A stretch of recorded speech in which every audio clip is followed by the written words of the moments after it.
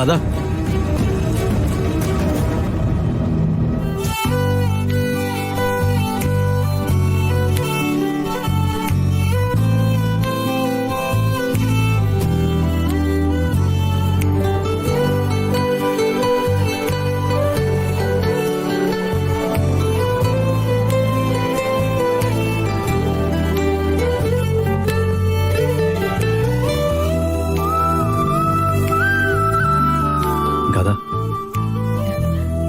നവീൻ ഒരു പ്രണയ സമ്മാനം തരുമ്പോ അത് ഏറ്റവും വിലപിടിച്ചതാവണമെന്ന് എനിക്ക് തോന്നി.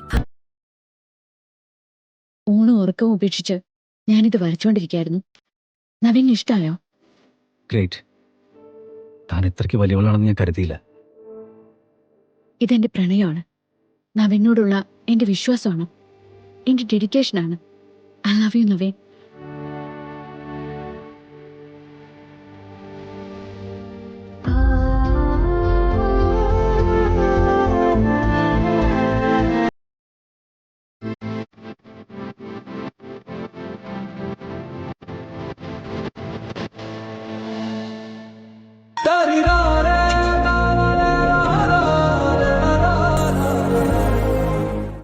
പിന്നെ ഞാൻ എന്ത് ചെയ്യണമായിരുന്നു?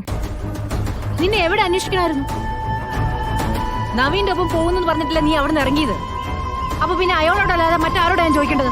നവീൻ എന്നെ അപകടപ്പെടുത്തുന്ന മമ്മി എങ്ങനെയാ ചിന്തിക്കാൻ തുടങ്ങിയ? അത്രയ്ക്കും ചീപ്പാണോ അയാള്? ഐ എം സോറി മോളെ. നിന്നെ കാണുന്നില്ലെന്നറിഞ്ഞപ്പോ ഭൂമി കീഴ്മേൽ മറിയുന്ന പോലെ എനിക്ക് തോന്നിയത്. അതിനിടയിൽ ഞാൻ എന്തൊക്കെയോ കാണിച്ചു കൂട്ടി. എന്തൊക്കെയാ പറഞ്ഞെന്ന് എനിക്ക് നിശ്ചയില്ല. മമ്മി ചെയ്ത കാര്യങ്ങളല്ലേ നീ എണ്ണി ചോദിക്കുന്നുള്ളൂ.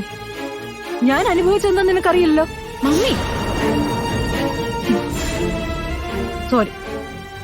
മമ്മി നിങ്ങളുടെ ഒരു കാര്യത്തിലും ഇനി ഇടപെടില്ല. നിങ്ങളുടെ വിവാഹത്തിന് തടസ്സം നിൽക്കില്ല. മമ്മിയോട് പിണങ്ങല്ലേ മോളെ.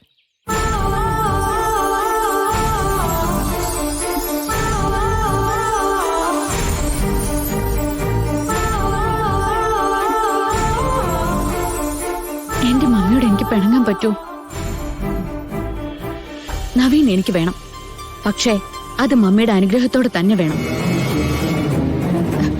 I am hungry. നമുക്ക് വീട്ടിൽ പോവാം. അല്ല, എങ്ങോട്ടേക്കാ പോണ്ടത്? എങ്ങോട്ട് വേണമെങ്കിലും ആവാം. കാട്ടിലേക്കാണോ? Oh yes. ഇപ്പൊ എവിടെയായിരുന്നാലും വിളിച്ചാ കൂടെ പോരണ്ടേ? അതെന്താ? ഈ പ്രണയത്തിന്റെ സ്വഭാവത്തിൽ ഒരാളുടെ ഇഷ്ടം മറ്റേയാൾ മാനിക്കണ്ടേ? പ്രണയത്തെ കുറിച്ച് പറയുമ്പോൾ അത് ശരിയാ.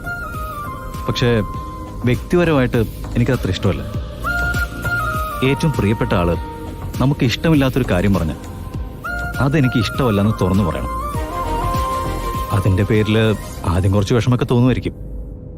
അത് കഴിഞ്ഞ് നമ്മുടെ ഓപ്പോസിറ്റ് നിൽക്കുന്ന ആള് കൃത്യമായിട്ടൊന്ന് മനസ്സിലാക്കും. അത് പറഞ്ഞ ആളുടെ ഐഡന്റിറ്റിയാണ്.